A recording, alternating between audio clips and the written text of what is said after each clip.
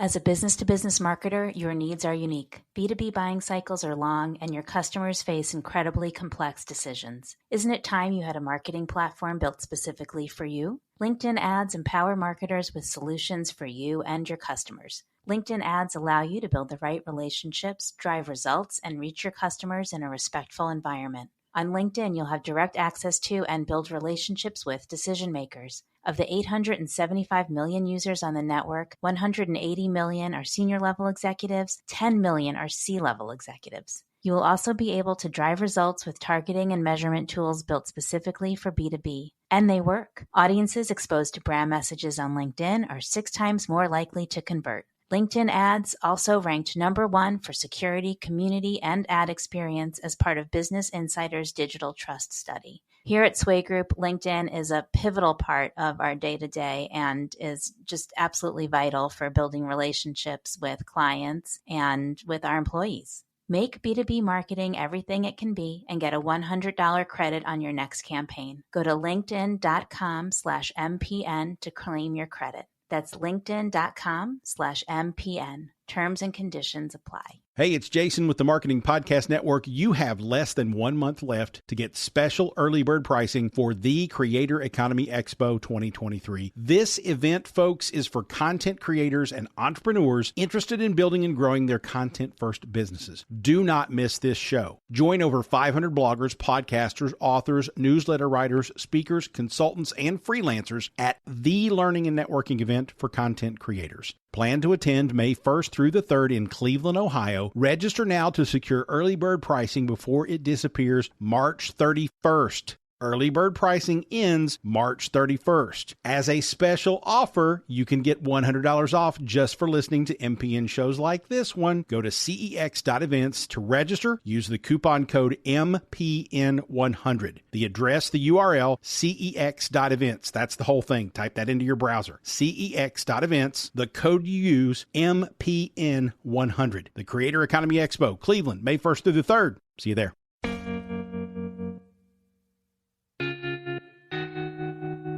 Welcome to The Art of Sway. This is a podcast that brings you inside the world of marketing through the lens of influence. I'm your host, Danielle Wiley. Each week, through candid conversations with industry insiders, we will uncover how influencer marketing is making an impact across all consumer buying habits and is changing the way we talk to each other. Let's dive in. I absolutely loved having Lia Haberman join me on the podcast. This was actually the first time we saw each other face to face as we met on Twitter and LinkedIn. It was a great conversation, and I think you'll be able to tell we could have talked for hours. Lia Haberman is Chief Marketing Officer at FitBody app and Adjunct Professor at UCLA Extension Department of Business and Management Programs, where she teaches influencer marketing. She's on the board of Social Media Club Los Angeles and a professional member advisor of the American Influencer Council. Her favorite influencer campaign activities are a toss-up between a baby goat yoga class as part of Athleta's Up for Anything campaign and a live GIF interview with Jennifer Lawrence during a Lionsgate publicity tour for Hunger Games. Well, hi and welcome. It's so great to have you on. Thank you. It's nice to finally meet you in person, sort of. I know. I feel like we're just always chatting on Twitter, so it's nice to see a face that's not just a teeny little face. Right. Twitter or LinkedIn, I think, at this point. Yeah, exactly. Why don't we just start by talking a little bit about, I feel like to me, suddenly last year, I saw everyone talking to you and referencing you. And then I found your newsletter. And of course, once you start following someone, they're everywhere. So it would be great to hear a little bit about your journey, and you do a few different things. And the newsletter is kind of just a side hustle that you have going on. So I'd just love to hear a little bit about your journey, how you got involved in influencer marketing, what you do for your day job. You do a lot. So take all the time you need to fill us in. Okay, so I have all kinds of things, all kinds of irons in the fire, I guess. I don't know. I think I'm a little bit of a workaholic. I love what I do. So people will come to me with a project and I'll say, yes, sure. I'll find a way to fit that in. So right now I'm Chief Marketing Officer for FitBody app. It's a fitness app, and they also just launched protein supplements that was creator founded. So in my previous life, I worked for a media company, and we would hire influencers to do co-branded campaigns, to do videos, to do content for us, to host events, for example. And so I met a lot of influencers, I would say 2015, 2016, 2017, met, hired, collaborated, worked with a bunch of influencers, including the woman who was an influencer that I hired. And then fast forward to 2021, hired me to run marketing for her fitness company. Then I also teach influencer marketing at UCLA. That started in 2018. There was actually, somebody was teaching it. They fell through. There was like 4 days to go. The head of the department was calling around, and somebody said, oh, I know Lia Haberman. She has helped run influencer marketing campaigns, knows a lot of influencers, kind of works in that space. And so I went in with 4 days to go. I have to say that first class was probably, people were really guinea pigs for me kind of figuring it out as I was teaching, as I was going along. And then so started teaching, which helped also kind of, as you're planning lectures and assignments and readings, it really kind of like helps solidify your perspective and also keeps you informed, because obviously it's influencer marketing. Yeah. It changes. What I was teaching in 2018, I mean, it changes every 6 months. And, there are no real textbooks, I would say, to influencer marketing, nothing that could be as up to date that you would need for each year. So it was just constantly reading, constantly informing myself. So, I'm a marketer, I'm a teacher. And then the newsletter was, I was giving all of this information to my class every week. And it was actually one of my former students who now works at Meta, coincidentally. And she said, you should really, this is amazing. This is so much information, and it's so informative, and it's so up to date compared to kind of like the more textbook style. Let's look at what, case studies and things that have happened in the past. And we were looking at every week things are changing. Instagram just introduced Reels, and this happened, and you should be looking at TikTok. And, we were talking about all of these things really 2018, 2019. And she said, you should really be sharing this or doing more. And I thought, okay, I don't really have time to add another thing. I'm also a parent. So I'm I don't really have time to add one more thing. And then I think it's just a couple of people. I was consulting for some different people, and they were asking, how can we stay in up to date? Things are changing so quickly. And I thought, okay, let me start just putting a very small list together of just bullet points. It'll go out to students, and it'll go out to clients that I consult for. That was 2 years ago. And then it just kind of kept growing and growing to the point where we are now. I think the thing is, I've just been in this space for so long. In teaching the classes, I've had people come in to be guest speakers. And I think I just got to know a lot of the key players very early as we were all kind of figuring this out over the past 5, 6, 7, 8 years, whether it was the journalists who were covering the space, whether it was people like, Kristen Nino de Guzman, who worked at Pinterest, Instagram, TikTok, and now has Clara for Creators, which is the app, which is kind of compared to the Glassdoor for creators. I actually knew her. I worked for a long time ago. I worked for E, and she submitted a video to win a trip to the Grammys in LA. And I chose her as the winner. This was long before she started her tech career. So I just happened to be very lucky in meeting the right people very early on in their careers, and then kind of growing with them or growing alongside them. Sorry, I feel like that was such a long explanation, but No. It's super helpful, because I looking at your LinkedIn and chatting with you. I knew all the things that you did, and I personally never understood how they all fit together. So it was super helpful for me to understand and kind of illuminating. One of the things that's interesting, and I hope you don't take this the wrong way, I've been doing this for a really long time. I started doing influencer marketing in 2006, 2007, before it was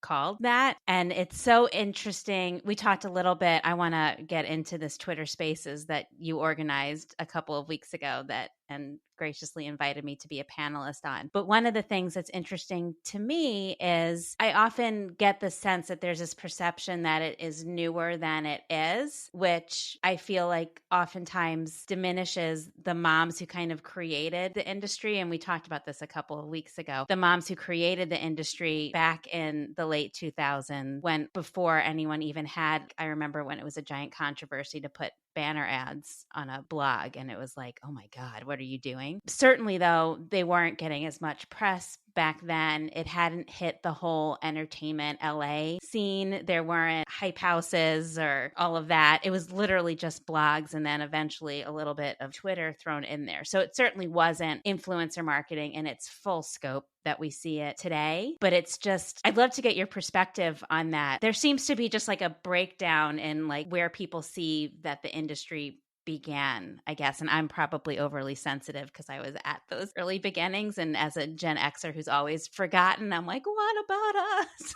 Yes. No, Gen X are here as well. And I agree. We're the completely overlooked generation, the forgotten generation. So it's interesting because I was in entertainment, like probably when you were in influencer marketing in the like mid-aughts. I was working at E. I worked at E for about a decade. Like that was my first big job out of college. Kind of the first thing that I did, and like to this day, I still love that job. And it was really foundational in like who I am and working with creators. What I'm really interested in is like, who are the people that can motivate an audience to do something? That has just always been my thing. And those are the people that I gravitate to. They tend to be very artistic, entrepreneurial, whether that's a celebrity or a creator. Those are just the people that I kind of gravitate to. And I kind of figure out, okay, like, cool, how can we leverage this to do whatever it is that we're trying to do? So I came at it from the entertainment background. So at that time, I was working at E and I saw the power of like, and not everybody is the same. Like you could have somebody share your message or do something or collaborate on something with you. And some people were able to really connect with the audience. You know, there's this Channing Tatum was like one of these. There was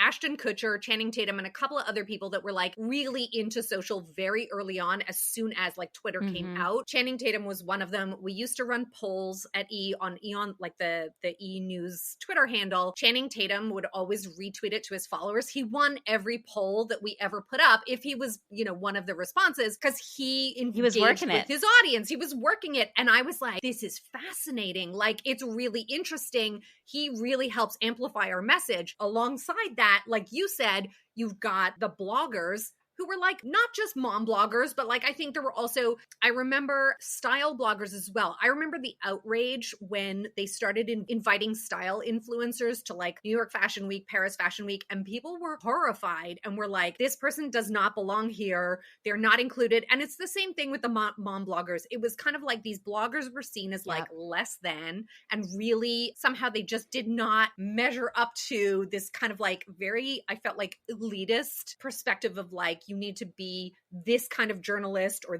this kind of author. And like a style blogger or a mom blogger was like, I don't know, it was bottom of the barrel. And they were just so looked down upon. And I think I always root for the underdog. And if I see somebody's being excluded, I just right away, I'm like, well, why? Why are we excluding them? Why do we not like them? Like, actually, I think I'm going to be on their side. And we talked about this in our space. And I think you had a similar experience. I remember working at a company and I happened to have a kid. Like, I love being a parent. It's not my entire identity, but I do have a kid. And somebody was like, somebody had written something. It was like, here, can you just like share this with your like mom blogger network? And I wasn't a mom blogger and I didn't particularly have like a mom blogger network, but I remember like the way that it was said was just so snotty and condescending. And like right away, I was like, okay, then I'm definitely on the side of mom bloggers. Cause if you're looking down on these people for no reason and you're just like, here, let's toss it to somebody who's a woman who happens to be a mom. She must have a network of mom bloggers. Like, I just thought it was so, I don't know, it really kind of turned me off the way traditional media viewed influencers and bloggers. And I think at that stage, that's also kind of where I felt like celebrity was starting to lose its influence in what, you know,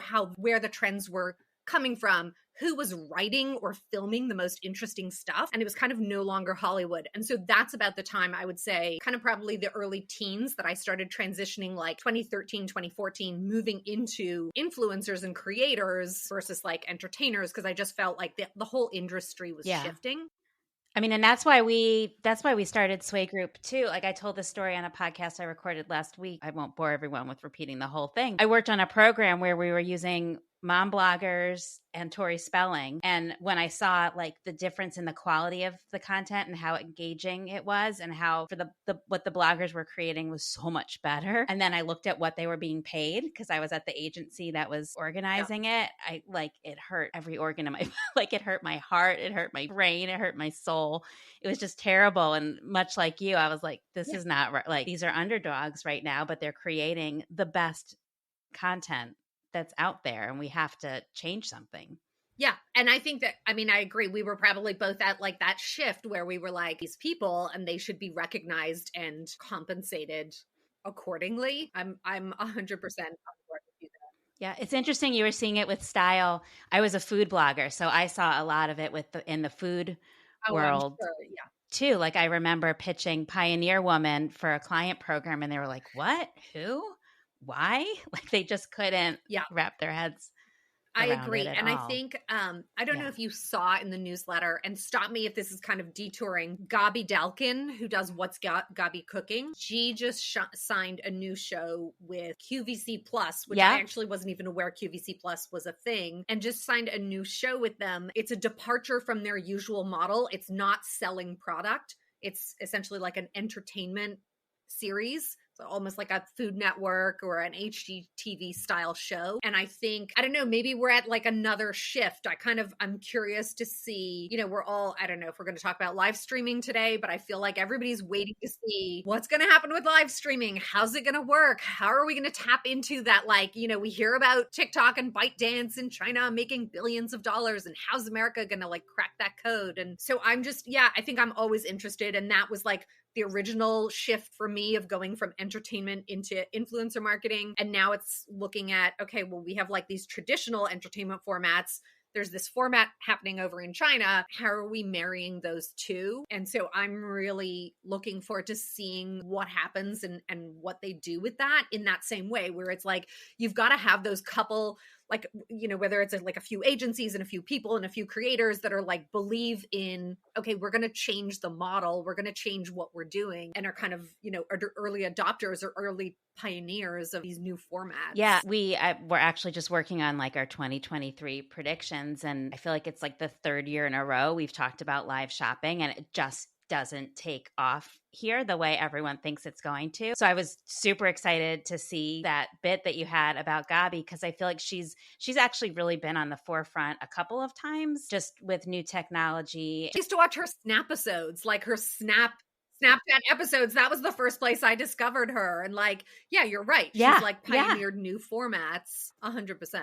Yeah. So I was like, maybe this means something's going to change, and we can stop including this in predictions and include it in like a wrap up of the year, because we're getting tired of coming up with new ways to predict it's going to finally happen.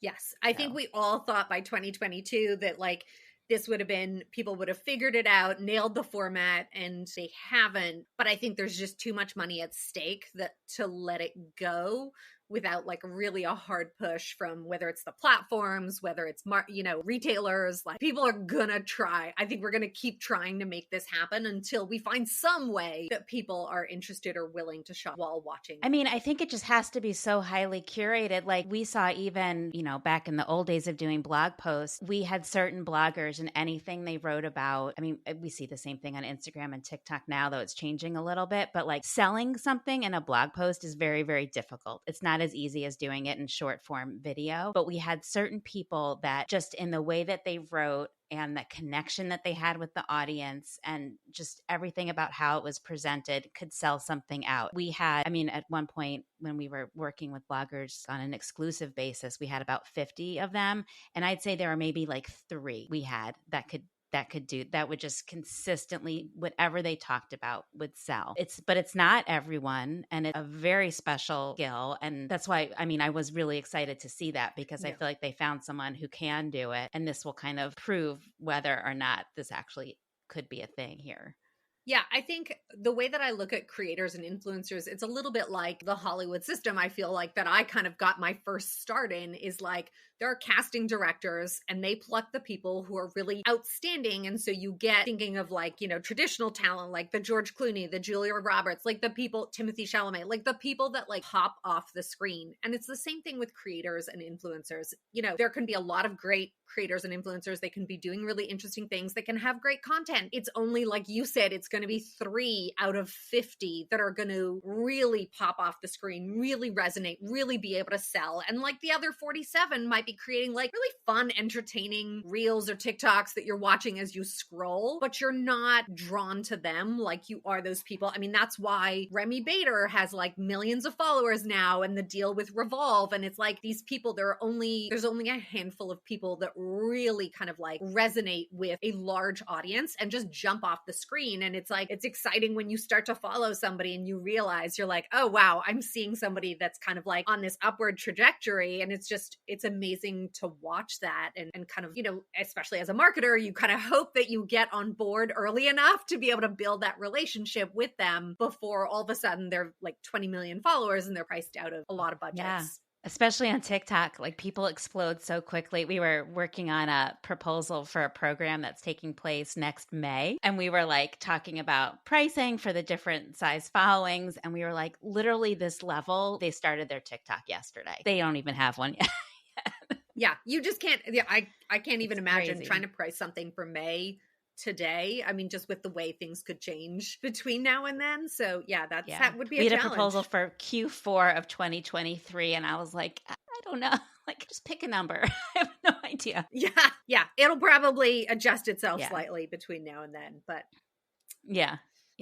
I would love to just, some of this is selfish because I'm fascinated by people who somehow seem to find the time in the day. Seems to me like you must read absolutely every single location in the world to create this newsletter every week. Like, how do you find all that? And I promise I won't start doing it again because I do not have the time and I won't take it from you.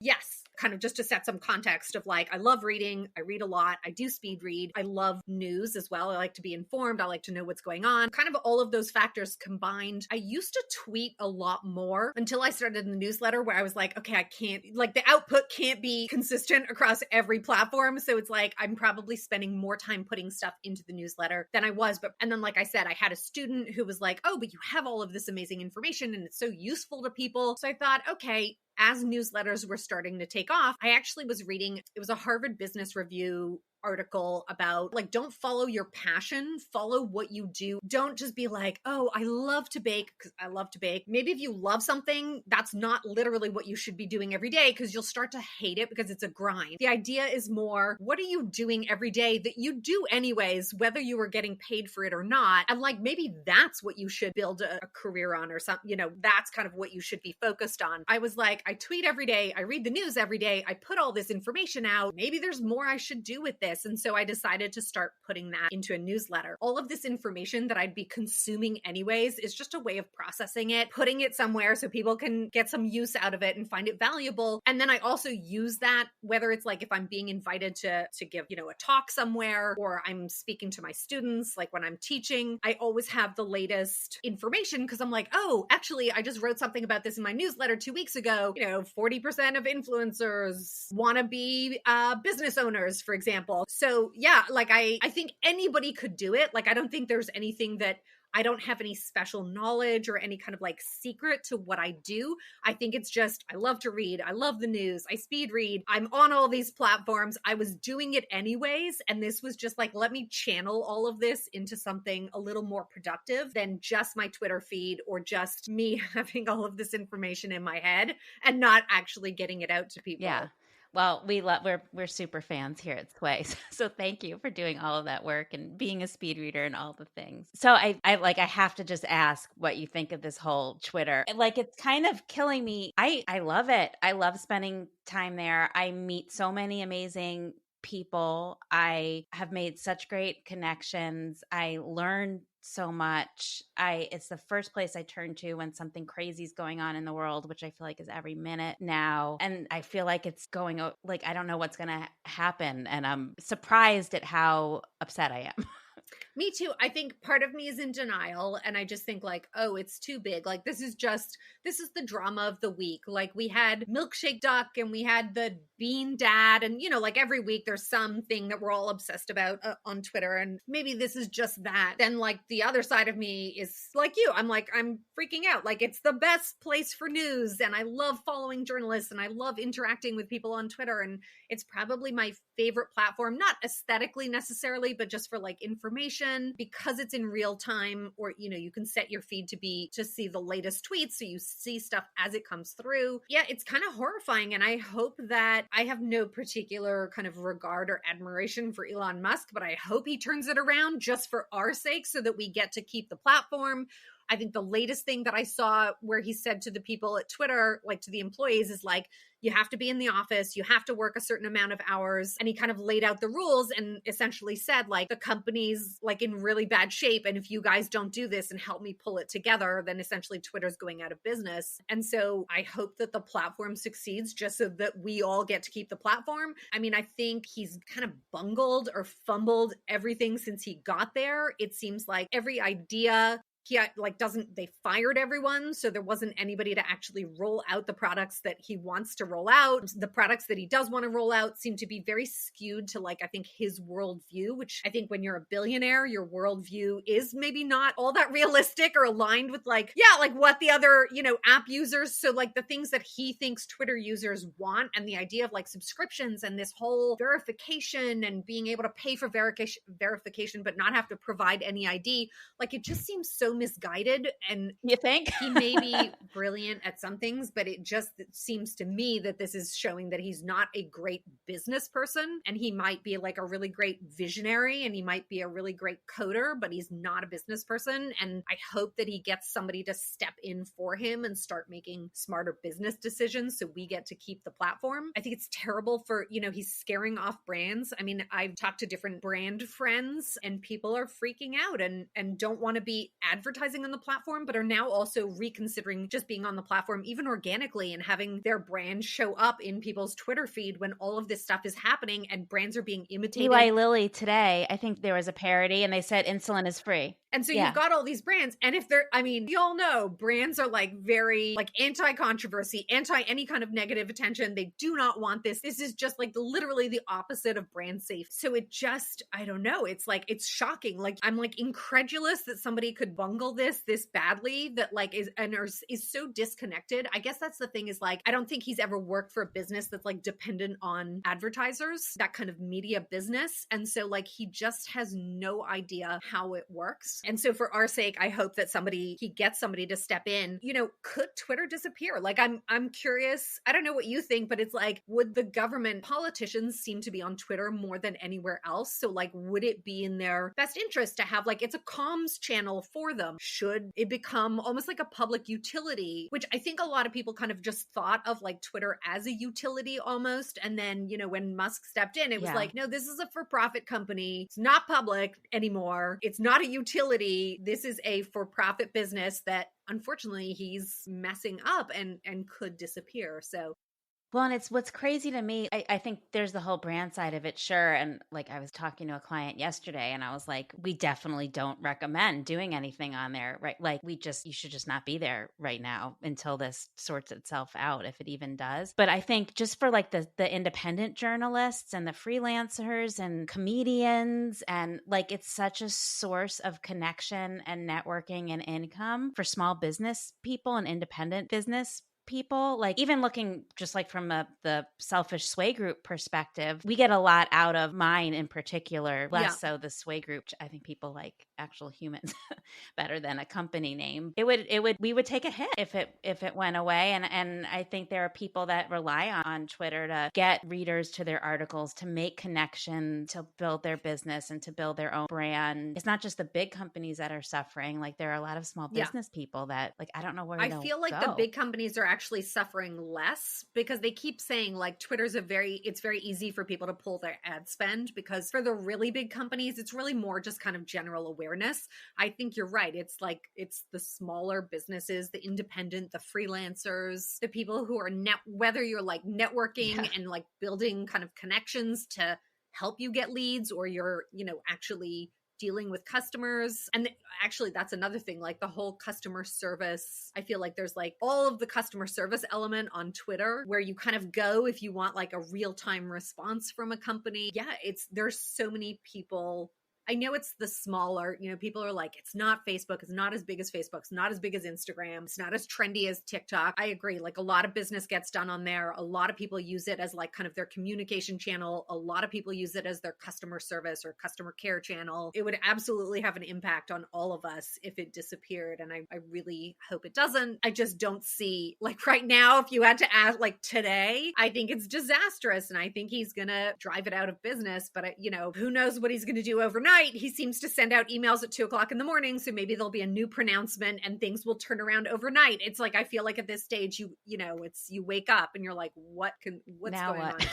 So now what? Yeah. Exactly. We don't have that much time left, but I wanted to touch at least quickly on the Twitter space. You feel that the term creator is used more often with men and the term influencer with women, and created this Twitter space to talk about the feminization of, you can probably word it all better than me, but it was we talked for over an hour. It was an awesome conversation. It was really good. Let's start having this conversation and just looking at the kind of the disdain, disregard people have for the word influencer, and how even influencers don't want to be called influencers. They want to be called creators, or they want to be called something else. But then you look at who is considered an influencer, and typically it's women. If we talked about how, like, if you do a Google image search for influencer, the word female comes up and it's all women. You do a Google image search for creator, it tends to be more like men or kind of more gender neutral. And even like in the data that you start seeing about like how people perceive creators versus influencers, like nobody wants to be called an influencer. Well, I will say, I don't know that Gen Z feels as strongly or as passionately. I think it's really millennials and Gen X that are kind of like have this conflict or this kind of like a struggle with the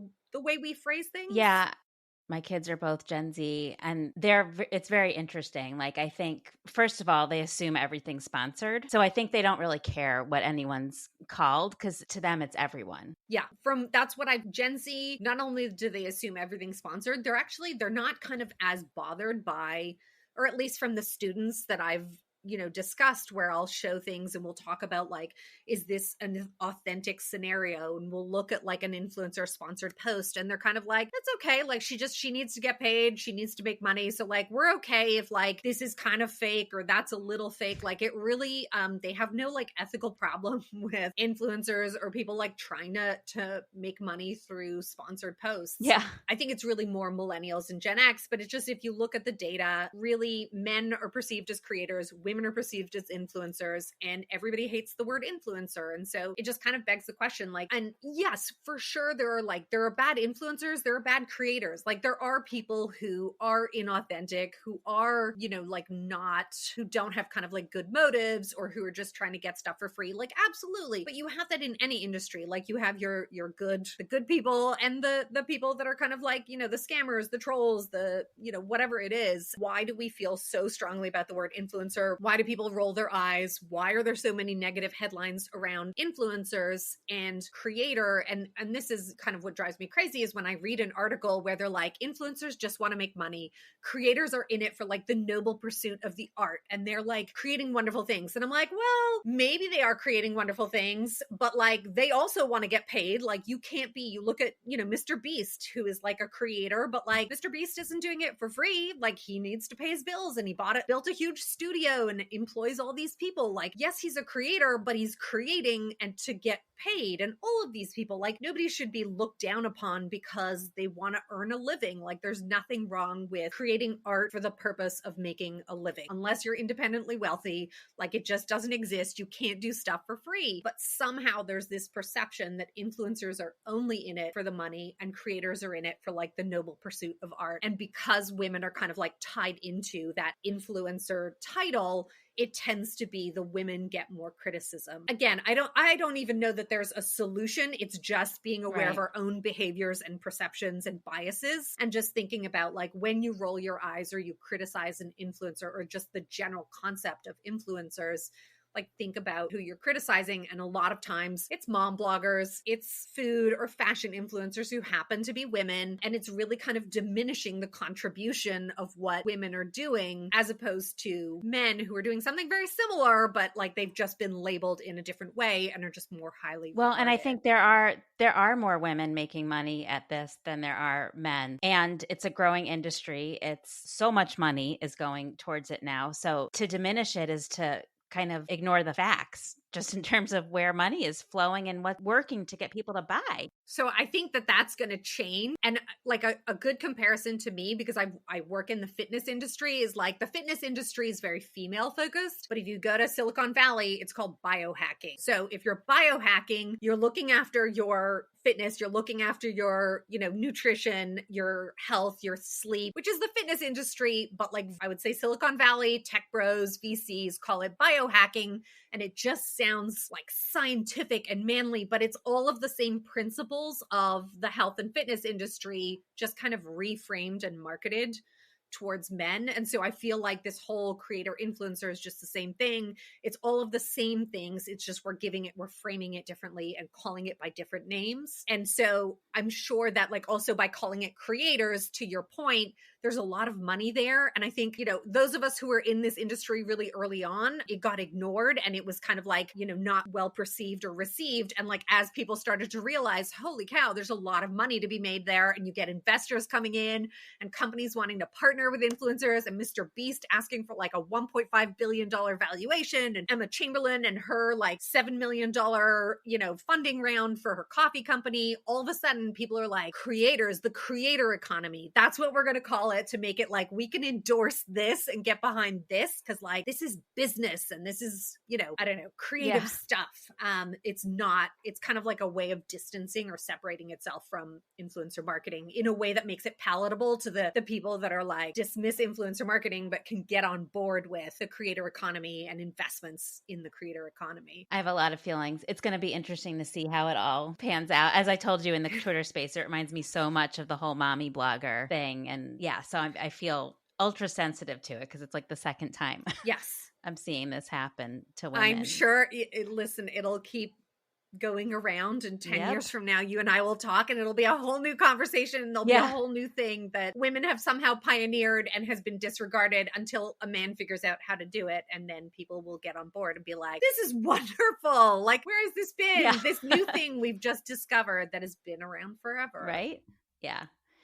So we ask everyone the same question. You are the first Canadian I have asked this question of. So I'm curious to know if the answer is something different from the Americans who have answered it. But we ask what TV commercial from your childhood has like stuck with you to this day? This is such a good question. So Canadians, I think when I was a kid growing up, we got a lot of like the American, because I was in Canada, we got a lot of the American networks. So gotta be honest, I feel like all my early commercial memories were American, except for maybe like a hot dog company. We had the Maple Leaf Hot Dog Company, which was Canadian. Otherwise, everything I remember were like jingles from American products, which we couldn't buy at the time in Canada. We couldn't get them. So it just made them all the more kind of like mysterious. I loved the Minute Maid, like "You Are the Sunshine of My Life." The Minute Maid jingle, like I have that continually. Anytime I hear the "You Are the Sunshine of My Life," I think Minute Maid. Like it's, even though it's like it's a song, but it was a Minute Maid jingle in like, I think it was the early 80s. And so like that song has been burned in my brain. I loved like growing up, and I think about commercials and I don't buy the products, but I love the commercials. Like I think for you, it was Cindy Crawford did a Pepsi commercial. I don't drink Pepsi, but I remember the Cindy Crawford Pepsi commercial because it was just like amazing. And I loved Cindy Crawford. So I don't know how effective it was at making me remember the commercial, not necessarily converting me to be a customer, but I love 80s and 90s commercials. I just feel like the jingles were so good. Like a golden era of advertising and early morning He-Man and She-Ra and like Saturday morning cartoons. I love, and we don't really have that anymore, but I guess everything's kind of like moved online and the formats are very different. Just because I cannot get that song, the next time you hear "You Are the Sunshine of My Life," just remember the Minute Maid jingle. And I appreciate whoever tied that together. Well, if it makes you feel better, my commercial is like mine's the Murphy oil soap. Like it's a cleaning product. And I can sing the entire jingle to this day. And it's the same tune as like an ice cream truck. And so every time I hear an ice cream truck, it's actually a super racist, horrible song, like the origins of it. So I hate that this is my commercial. But like I like instantly think of like cleaning wood floors, like in Murphy's oil. I think some TikTok creator needs to get on that and start tying music to either like jingles to songs or jingles to like sounds that we hear in everyday life. Cause I feel like there was something to that where it would get burned in your brain and like you would associate it with the product. Like you said, whether it's like the ice cream truck or I hear this like Minute Maid commercial and it's like, there's gotta be a way that whole industry needs to be recreated. Don't you feel like some of that's already happening? Like the Home Depot sound has been trending on TikTok for months. Have you seen any of those? Oh, no. It's like, okay, now I have to look this up. I don't even know exactly what it is, but there's a Home Depot little tune. And the second you hear it, you think Home Depot because it's like so obviously from their commercials. And people are using it as a trending sound like anytime they're doing anything DIY or working on something around their house, and they'll grab that sound from the library. I don't get a lot of DIY videos, so that must be why. But you are right. Like I'm thinking of the Ocean Spray guy and the Fleetwood Mac. Like, yeah, now I'm like, I hear that Fleetwood Mac song and I think of like Ocean Spray, yep. TikTok. So you're right. It is happening. I think people should just lean into that even more. It works. Like, I think we're proof. Yeah. My son, I'll have like music playing, like just like today's hits or whatever. And my son will walk by and he's like, why are you listening to TikTok songs? And I'm like, I am not. Okay. Can I just say that? I know we're running out of time, but can I just say that like, if you're like an 80s kid, like our generation, I keep telling my son who is also Gen Z, and I'm like, your generation, like if my generation hadn't created all of these movies and music and TV shows, your generation would have no culture. Like you are stealing from Gen X every single day. So yes. Yeah, let's just hear it for like, I think we started with our being the ignored generation. And I think we can like bring it back to that like, yes, I do really strongly feel like I love TikTok, but I'm like, if the 80s had never existed, TikTok would have run out of music and movies and TV to reference. And to Gen Z. So. Yes. Well, this was wonderful. Thank you so much for coming on. I could talk to you for many, many more hours, and I really appreciate you taking the time. This was great. Thank you. It was really good to be here. Thank you for listening. Don't forget to like, share, and subscribe. Please check back next Monday for a new episode featuring marketing conversations through the lens of influence. I am your host, Danielle Wiley, and this is The Art of Sway.